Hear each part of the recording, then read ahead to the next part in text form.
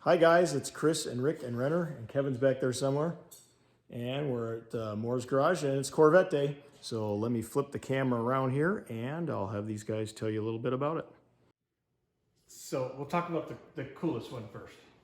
Okay. The 63 split window is like... The best Corvette. I think so. I mean, it's just a great car. And everybody knows what it is, whatever. It was super iconic, right? It's 63 coupe. Here's the problem with these cars. And I'm going to piss a lot of Corvette guys off here, but they drove terrible. So, Chris, what year was the first year they got 4 disc brakes? 65, right? 65, yep. So this was a car drum had brake car. nothing. Right, it was a drum brake. This one did have power steering, but it was the power steering assist. Right, the assist rack or the push ram. And it was a power glide. And I'll bet you hardly anybody knows what power glide is. They were awful. Anymore. So this guy, great guy, buys this car, loves it. Of course, it's a 63 split window, but he never drove it. He said it was dangerous, didn't stop very well, yada, yada, yada. So he sold it and then bought it back cheaper. And now he's decided to take the money he saved and do this. And it was a pretty nice original restoration type. You know, Oh, it wasn't yeah. matching numbers on the trans or anything. It was a but- matching engine. right, but it was an automatic. Somebody swapped it to a Right. 4-speed. And all the parts were brand new. I mean, I've got buckets and boxes of parts that are labeled. that are original type parts. Yeah, they're like brand new. So But the trend is this, and not just money wise, but people want to use this stuff. You know, and to me, it's a generational thing because some guys will say, you're an idiot for doing this. Well, those are the guys that have them sitting in a barn doing nothing. well, and we had this conversation. It's the group of guys that go to a car show. They have their lawn chairs. They put it out there, and they sit there for 7 hours, and then get their trophy. Yeah. But the guys that want to drive them want this. Right, and for a lot of reasons. I mean, I got a call from the guy the other day that we did the Porsche for, and he tells me it really smells like gas. Well, that's what carburetors do. Right. They leak, they stink, and you can't put them in your garage. Now this thing, it'll never stink like that. It'll have way more horsepower than what it needs, but it's also got AC now and power steering, and it's gonna have a better stereo, and this will be a great car. And I'm gonna tell you guys, the guys that hate this, everybody says that this hobby is dying, right, Chris? We hear that all That's the what time. we It's talk about. dying, Yep. it's dying. That's what we talk about. If these guys don't get to see these cars driving around, then yeah, It is will dying. die, right? So if nobody wants to go and sit behind their car at a show anymore, and then it doesn't continue, it is going to die off. You're exactly right. But if you were to see this car drive by your house once a week, eventually you are going to be hooked, And you're going to want to see and it. you're going to want to see, and that's how we. That's all There's I plenty have. of cars out there. Renner is 7 years old. He knows more about cars than most adults that I know. He does. But he goes with me everywhere, and he loves these cars, and he knows the year of all of these cars, and it's just he's been in them and he loves them. Renner, tell him what you have going. I want to do a 72 Chevy pickup with all ride tech in it And why Ride Tech? because it just drives better than all the old stuff. Yeah, and the Camaro is a blast, isn't it? Yeah. And we got Ride Tech in the Camaro. We have Ride Tech in every car in here, except for the pickup, and it's got Corvette stuff. So Right. But it's modern, it is, yeah. Jasper, Jasper. I don't know how old Jasper is. 20s. Exactly, 20s. He got this car from his grandpa, and it's been sitting with it. It had Chris, a 200 horse. Are they even that? Like 185? I don't know. We definitely probably close to tripled his power. It was an L82, so. But this one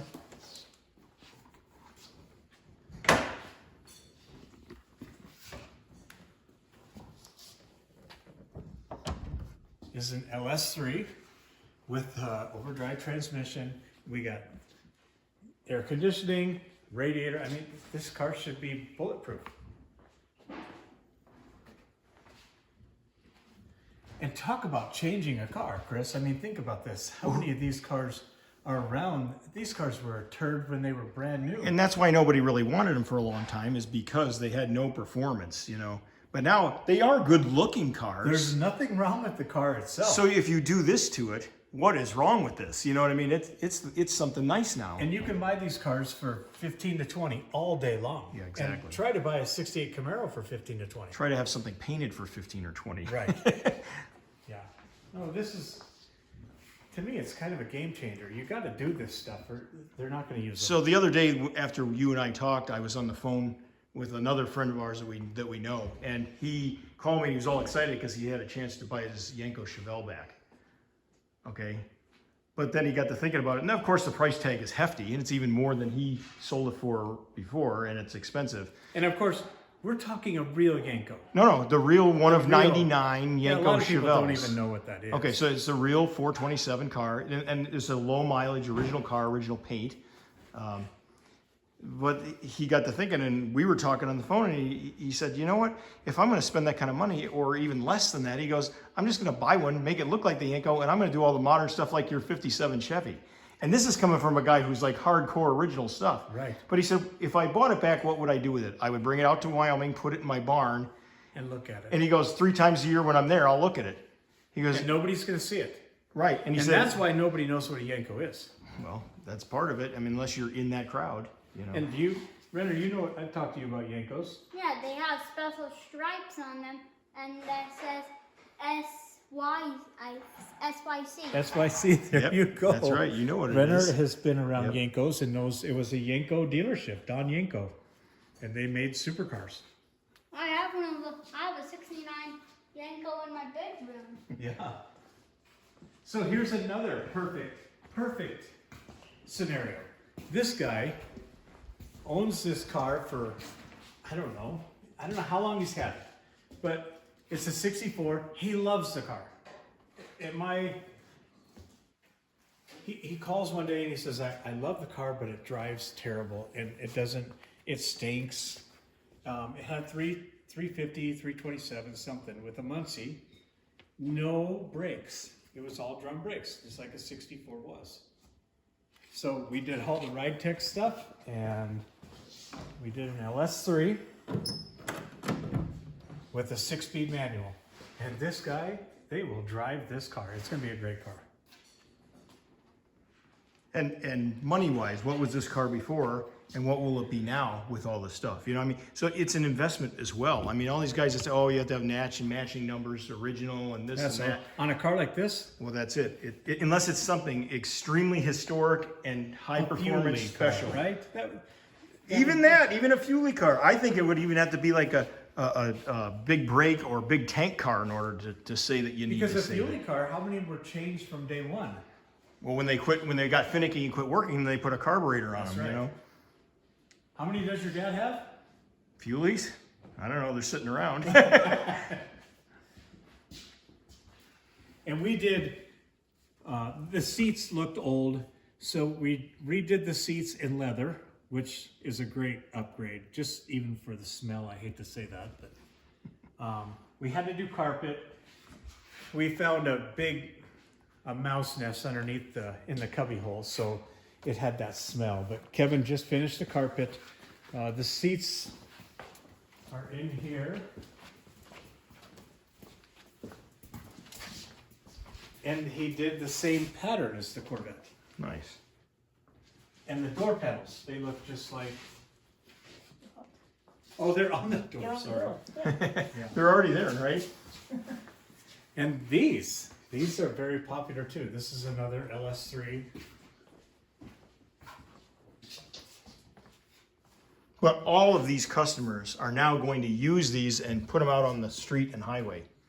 Mm-hmm. Maybe go to a cruise night, cars and coffee, take the This guy grandkids. collects old motorcycles. And motorcycles are the same thing. I mean, You gotta have new stuff. but he wants a shop truck. So it's running, it's done. Kevin is doing, the seats are done. The door panels are right there starting, but yeah, it's gonna be a great truck and he will drive it.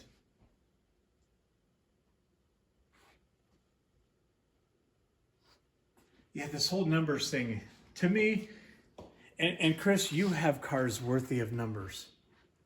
There are certain ones, but not all.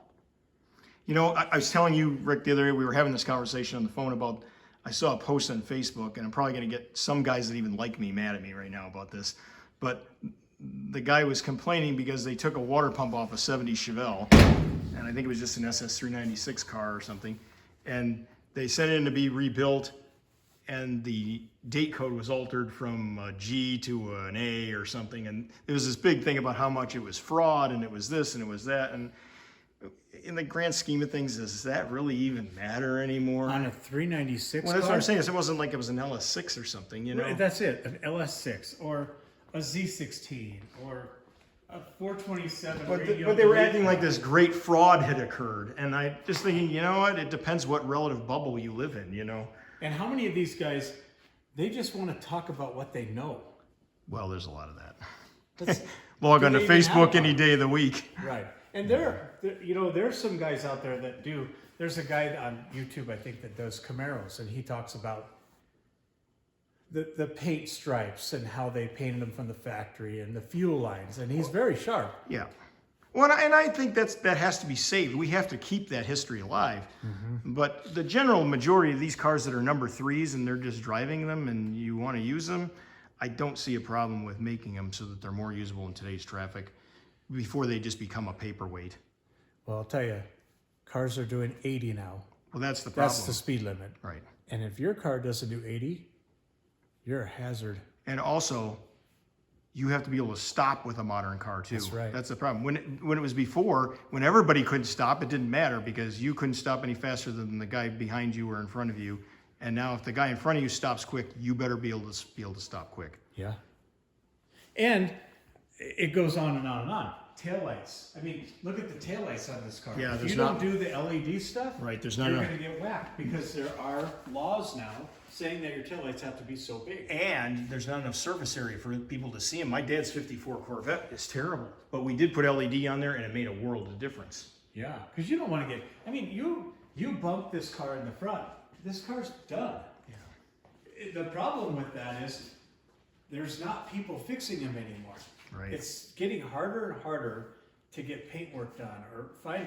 We did the Pontiac what was the Firebird for the guy, and some lady cussed in front of him, takes the fender off the passenger side, and I told him, "You're not going to find a fender for that car, and the aftermarket stuff does not fit." So, and he was upset about it, but he realizes now after searching for a fender for You can't a find it. 68 Trans Am, it's not out there. And all these cars have been wrecked at one point. I'm not sure this one has, but I know this one has. Well, who hasn't hit a deer or bumped somebody in the Walmart Exactly. parking lot, or And back in the day, I'm sorry, they were just a car. Well, in memoriam of our late friend Talbot Smith, I mean, how many cars did they bond up and just get back on the road again? I mean, if you listen to all his stories.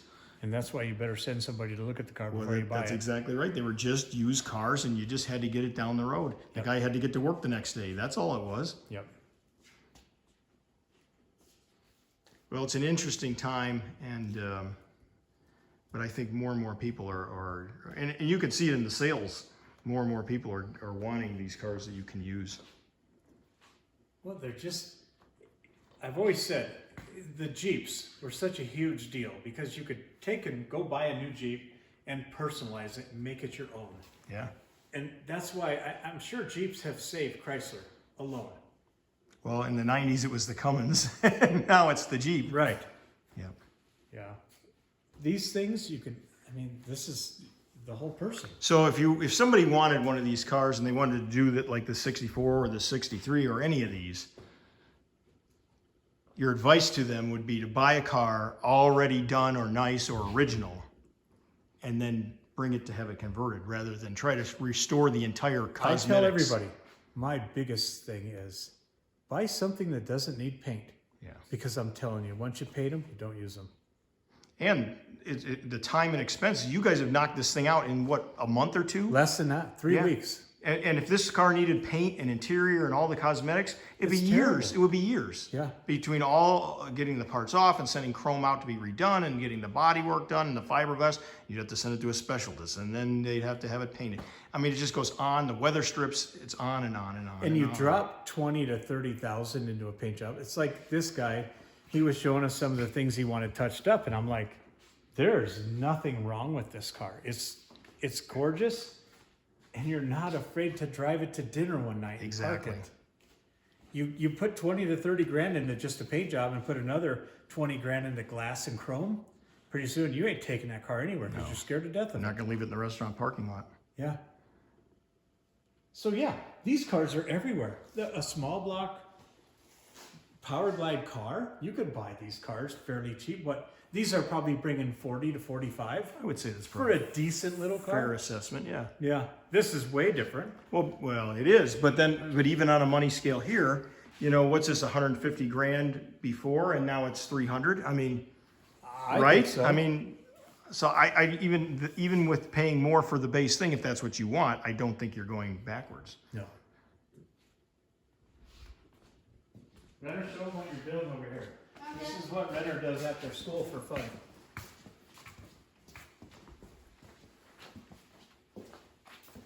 I get all of my stuff out. I sand sometimes, and then I paint them. And tell them whose truck you're building here. I'm building Randy's, The farmer. the farmer. If anybody remembers, Randy's truck was done on Vegas rat rods. And he's telling about this truck had dynamite boxes in the back. And then Steve made dynamite out of 1-inch dowels or something. Remember when he did that? We were there. Mm-hmm. And Renner's making the dowels out of chopsticks. Nice. These are gonna be the boxes. Yeah, it's just having gonna- fun. It's better than sitting on the TV or sitting on somebody's computer. It's gonna Yeah. look just like Randy's truck, huh? Uh-huh. Well, that's pretty cool. Well, that's what's going on here at Moore's Garage. If you guys have questions or comments, write them down below and we'll answer them for you. We'll catch you guys next time.